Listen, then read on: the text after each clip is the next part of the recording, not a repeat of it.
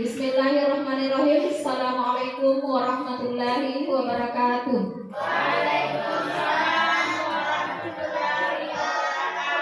Dan selamat pagi semuanya. Bagaimana kabar Pak semua? Sehat ya? Alhamdulillah.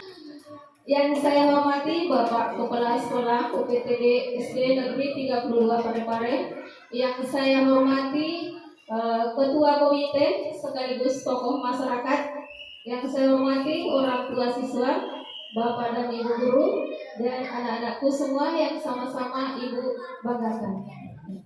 Puji syukur kita panjatkan kehadirat Allah Subhanahu wa taala.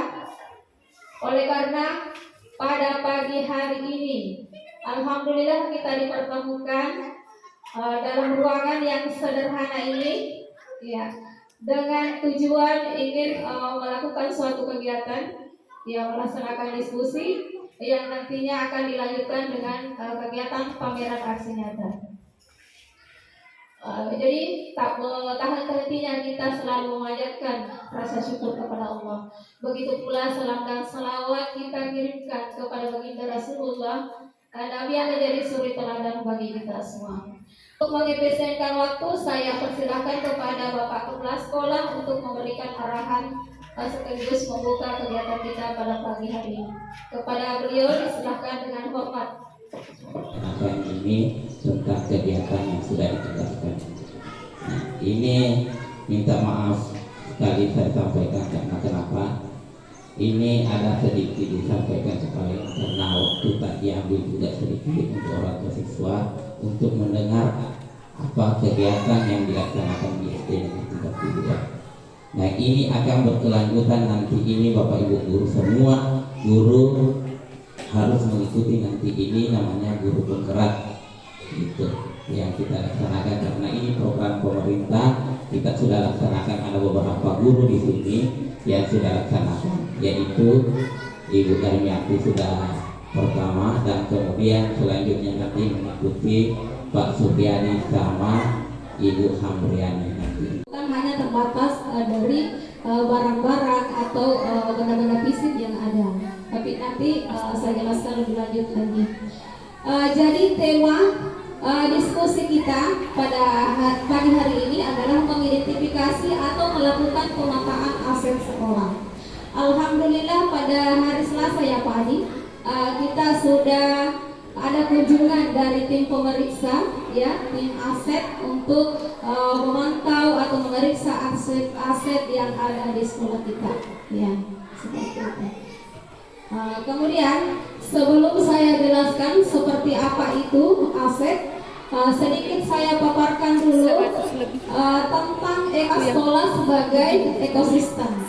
Nah, mungkin Bapak dan Ibu guru, anak-anakku juga ya, kata ekosistem itu sudah tidak asing lagi ya. Di pelajaran IPA kita sudah mempelajari itu. Jadi ternyata sekolah itu dianggap adalah sebagai ekosistem. Sudah ada biotik, itu berarti yang hidup. Tentu dalam sebuah sekolah ada kepala sekolah, ada guru, ada murid, ya. Kemudian ada pengawas, orang tua atau masyarakat sekitar yang memiliki kepedulian terhadap pendidikan kita. Di samping itu ada faktor abiotik, ini meliputi yang namanya keuangan, sarana prasarana, dan lingkungan alam.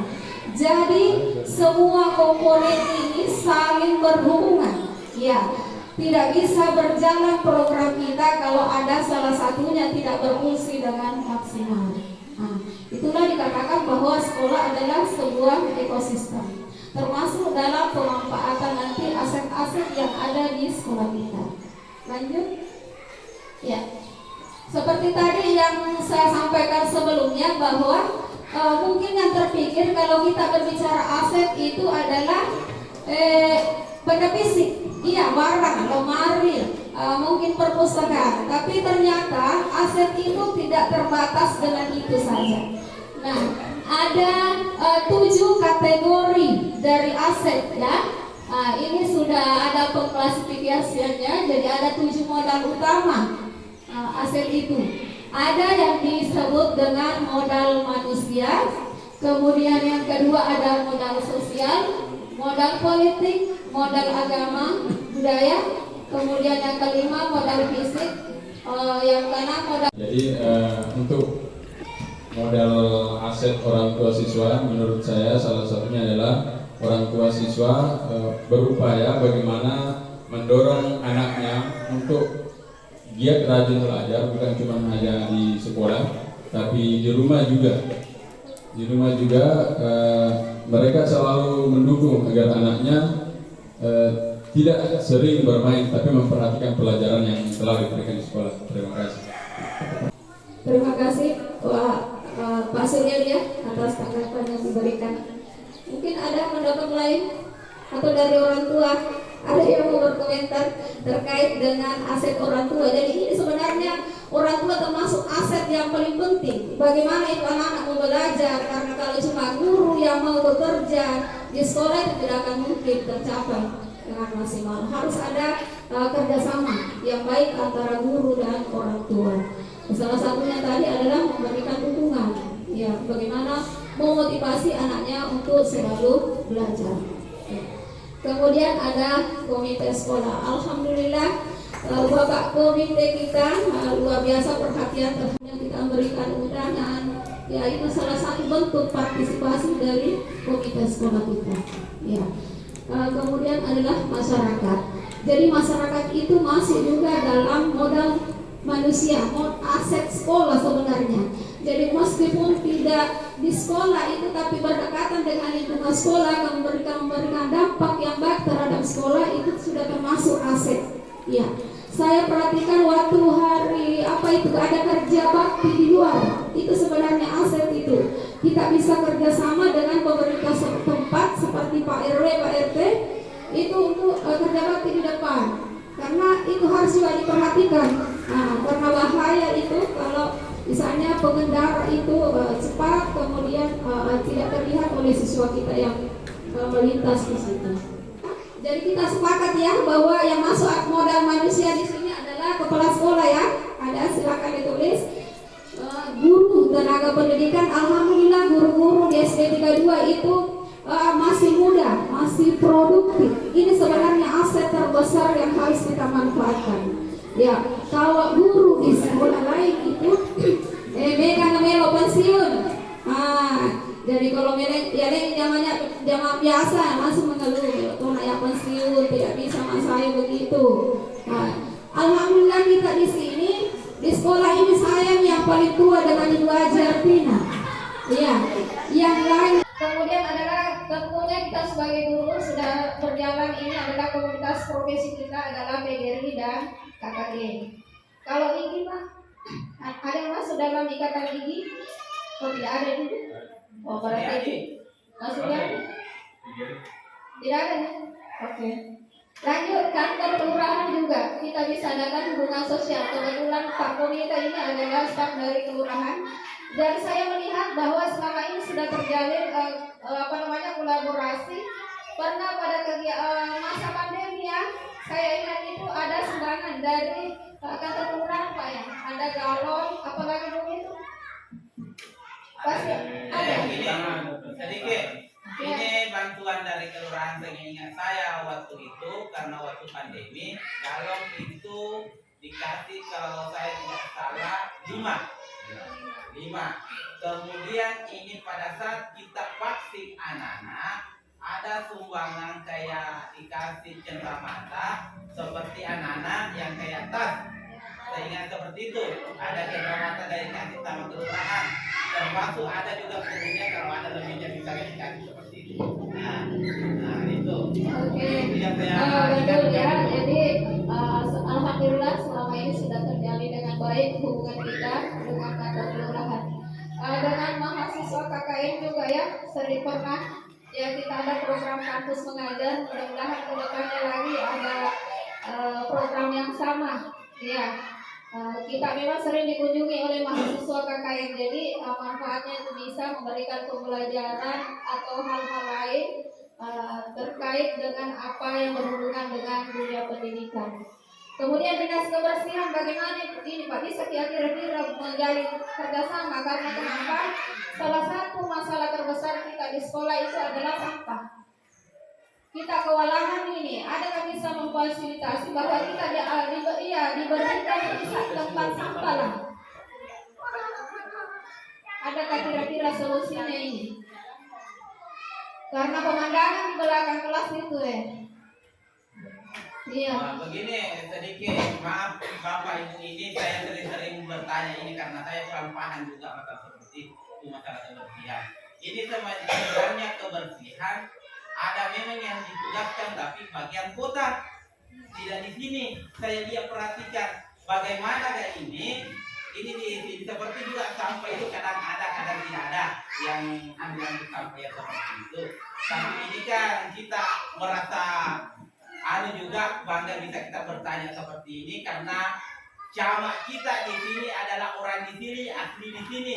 Jadi tidak segan-segan bertanya. Itulah hebatnya kita di Batu Tinggi karena ada kita saudara kita pejabat di sini bisa kita bertanya diskusi seperti itu.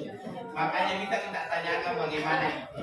Kemudian ini dulu ada usulan dari meminta untuk di kelurahan tapi mengatakan bahwa saya kira itu sampah yang bisa diangkat itu warna kuningnya. Nah yang mau simpan di depan itu adalah itu yang bersih. Saya tolak yang seperti itu. Nggak bisa kalau itu karena masyarakatnya nanti lewat dari lapangan buang sampah di situ, buang sampah. Yang saya mau minta ini, maaf Ibu Ade ini adalah guru kita, saudara kita juga di sini, tapi termasuk juga artinya masyarakat di sini. Dia juga pejabat di sini, suaminya jadi itu bisa jadi artinya kita tanya-tanya di situ. Mudah-mudahan nanti di ST 32 di sini bisa dapat nanti di sini kan ada juga pegawai kelurahan ini, namanya kepercayaannya Ibu Lurah ada di samping saya ini. Dia selaku komite juga di ST 32 bisa dia perhatikan. Yang saya mau minta itu kalau bisa sampah yang warna-warna kuning yang bisa ditarik-tarik itu. Karena mau itu bersih, jangan itu sekolah kalau bersih di situ. Mungkin itu yang saya sampaikan. Siapa tahu ada tanggapan Pak? Untuk wilayah ini kita bisa gunakan tapi ternyata tidak bisa, khusus untuk pelatihan. Jadi khusus masuk di pagu indikatif yang mana itu belum pasti. Jadi nanti misalnya mungkin ada lain untuk tahun depannya, nanti diusahakan bagaimana supaya bisa mengusulkan apakah nanti masuk di dana kelurahan atau bagaimana, nanti saya coba usulkan. Nanti sampai sama Ibu Lurah. Sekian, terima kasih. Iya, terima kasih Pak atas tanggapannya ya. Terima kasih karena ternyata sudah ini ada perhatian sebenarnya ya, cuma untuk tahun ini belum ada Pak ya. Mudah-mudahan kedepannya betul-betul kita ini diperhatikan ya, karena saya lihat di rumah-rumah warga memang sudah ada tempat sampah seperti itu, dan mungkin ini salah satu sekolah kita yang perlu ada perhatian khusus ya, karena kita di sini adalah komunitasnya banyak ya, lebih 60 orang, sekitar 70-an lah. Jadi otomatis volume sampah setiap hari itu banyak. Jadi kami kesulitan untuk bagaimana caranya mengelola sampah ini. Dan termasuk kegiatan hari ini adalah itu salah satu sebenarnya langkah kami dari guru di sini adalah memanfaatkan sampah plastik menjadi sebuah karya. Itu salah satu alternatif solusi. Tapi saya rasa itu tidak cukup, iya, karena banyak sekali setiap hari itu sampah yang ada di sekolah. Terima kasih banyak Pak atas perhatiannya. Selanjutnya adalah mungkin secara jelas membantu dari anggota dewan tidak ada ya. Karena ini kan berkaitan dengan partai politik, biasanya kan juga sekolah itu apalagi PNS kan tak boleh terlalu bersentuhan dengan dunia politik. Jadi mungkin membantu kita bekerja sama dengan instansi lain seperti kita di dinas pendidikan, ya mungkin bisa memberikan kebijakan-kebijakan aturan atau bagaimana terkait dengan pemberian misalnya bantuan kepada siswa yang berekonomi lemah seperti itu. Dan bagaimana ini, apakah ada kemungkinan, apakah ada potensi ini anggota legislatif dimanfaatkan ke depannya Pak? Apalagi mendekati pemilu ini. Tidak masuk kan kira-kira, tidak bisa diberdayakan itu. Tergantung. Biasa ada yang datang menawarkan. Ada yang biasa. Iya. Yang apa namanya? Yang bisa kira-kira membantu Kan sekolah. biasanya dekat-dekat nonton politik begini biasa datang. Bisa kalau Selamat datang ketika upacara bendera itu melakukan sosialisasi ya terkait bagaimana penggunaan HP secara bijak kepada anak-anak. Itu saya kira sudah dilakukan. Lurah juga sangat berpartisipasi selama ini jika ada kegiatan. Lanjut, modal agama dan budaya. Nah, jadi kegiatan-kegiatan apa saja yang bisa terkait dengan aset agama ini ya yang bisa dimanfaatkan. Salah satunya adalah tokoh agama. Kira-kira bisakah kita berdayakan ini tokoh agama, misalnya ustaz ataukah mungkin Pak Imam, ya? Adakah kemungkinan bahwa kita akan bekerja sama dengan pihak-pihak tersebut, mungkin bisa diundang ketika kita melakukan pesantren kilat atau seperti apa? Kita sudah pernah. Sudah pernah ya? Tapi oh Pak Ustaz di, oh iya betul. Oke. pesantren kilat. Ya. Kira-kira bagaimana pesantren kilat namanya apa sekarang? Pesantren Ramadan. Oh pesantren Ramadan. Waktu itu baru. pesantren kilat. Dia pernah di Pak Ustaz Asta. Oke, berarti masuk tokoh agama. Kemudian ada program kita alhamdulillah berjalan sampai hari ini adalah program sholat duha. Ya, jadi program ini selain anak-anak sholat berjamaah juga ada menggali potensi mereka untuk bagaimana tampil di depan umum memberikan ceramah-ceramah singkat. Ya. Kemudian kegiatan-kegiatan kebudayaan. Apa kira-kira kegiatan kebudayaan Pak yang ada di sekolah ataukah yang di sekitar masyarakat yang berpotensi kita manfaatkan? Masih di Mapadendang nih? Tapi selalu di mana biasa Pak Mapadendang sekarang orang? Di sana sih. Oh, di sana di? Mobilan, saya kalau untuk elemasan kita. Bocor-bocor, tapi anak-anakku biasa dia orang Mapadendang? Tidak. Siapa yang pernah lihat orang kegiatan Mapadendang itu? Pernah? Iya di sana. Oh, kalau ada kegiatan seperti itu, nak ya, bisa dilihat itu adalah salah satu tradisi adat yang masih dilestarikan sampai sekarang. Jadi itu adalah mengenalkan adat, istiadat. Ya, jadi walaupun sekarang sudah era modern itu tidak Bisa melibatkan siswa. Jadi untuk saran saya, kalau bisa mungkin yang terlibat UKS itu bukan cuma siswa. Salah satu guru bisa ditugaskan untuk mendampingi siswa dalam pelaksanaan UKS seperti yang disampaikan Pak Hasan tadi, yaitu kelimbangan, ukur tinggi. Karena kalau siswa saja yang melaksanakan, saya yakin itu tidak akan berjalan lancar. Ya, karena kalau antar siswa yang melaksanakan pasti saling ada istilah maco-ico di sini ya. Tapi dengan adanya guru, itu akan berjalan dengan lancar. Terima kasih. Assalamualaikum warahmatullahi wabarakatuh. Ini masalah ini yang saya bilang untuk anak-anak kan ada dokter kecil. Cocok nih kan ada pengelola UKS di situ, ada yang dampingi di situ.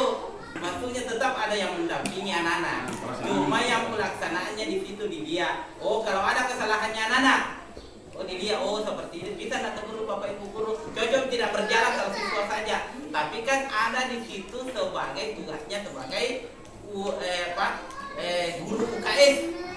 Itu salah satunya saya, tapi saya kasih mandat ini musbika.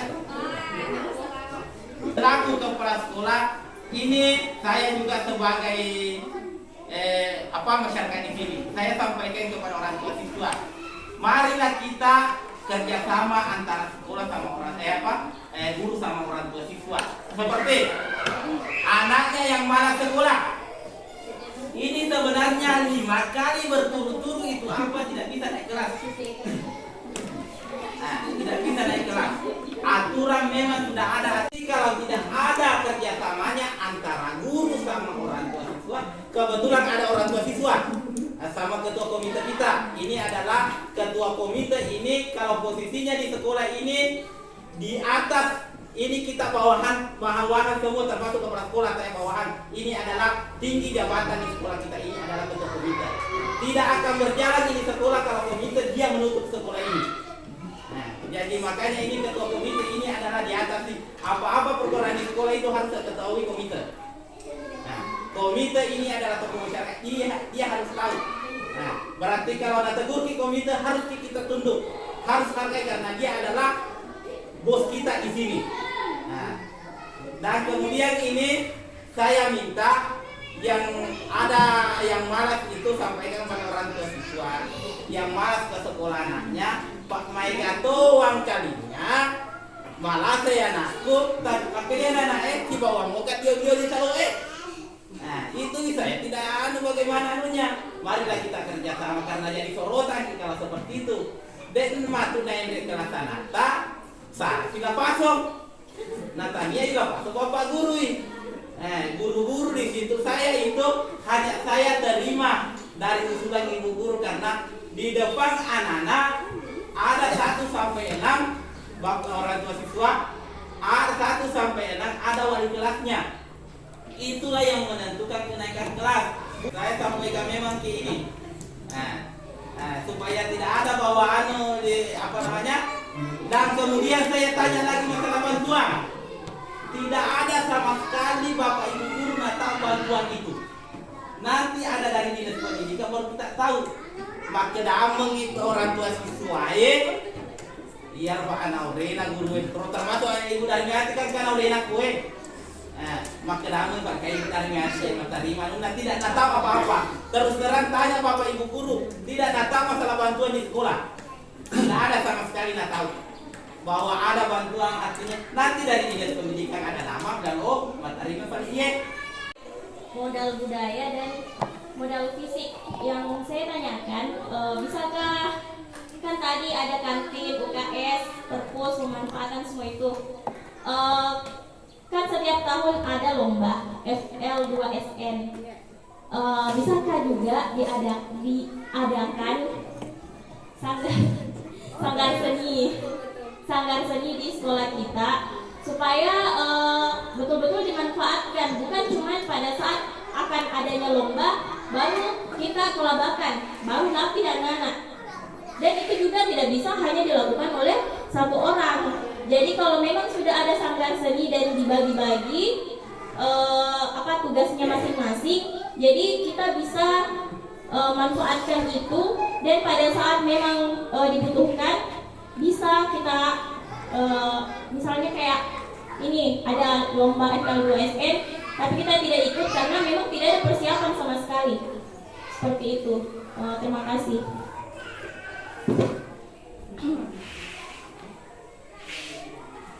Nah, selama ini kita memang salah satu juga kendala adalah sanggar seni. Jadi kalau misalnya kita mau mengikuti biasanya lomba, jadi masing-masing melatih saja di kelasnya. Misalnya kita berbagi tugas, misalnya yang guru yang memiliki potensi di bidang menyanyi, kemudian melatih siswa, tapi tidak ada tempat khusus. Nah, kalau kita punya sanggar seni tersendiri, tentu kita ada program nanti.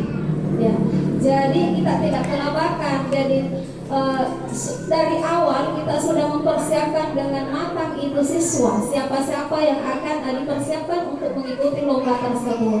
Jadi ada peluang yang sangat besar untuk menghasilkan berprestasi, kita dapat prestasi.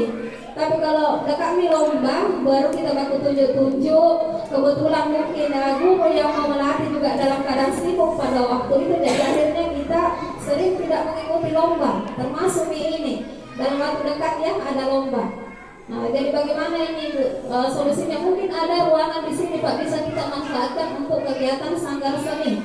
Karena kalau mungkin membangun itu kan rasanya agak sulit ya. Jadi kita berdayakan saja potensi yang ada sekarang. Bisa kepala sekolah kasih sedikit. Untuk kegiatan proses pembelajaran. Sekali lagi Saya ucapkan terima kasih. Saya juga mohon maaf sebesar-besarnya jika ada sesuatu hal yang tidak berkenan bagi Bapak dan Ibu. Kita akhiri kegiatan ini dengan bersama-sama membaca kalimat hamdalah. Alhamdulillahirobbilalamin. Wabillahi taufiq wal hidayah. Assalamualaikum warahmatullahi wabarakatuh. Silakan.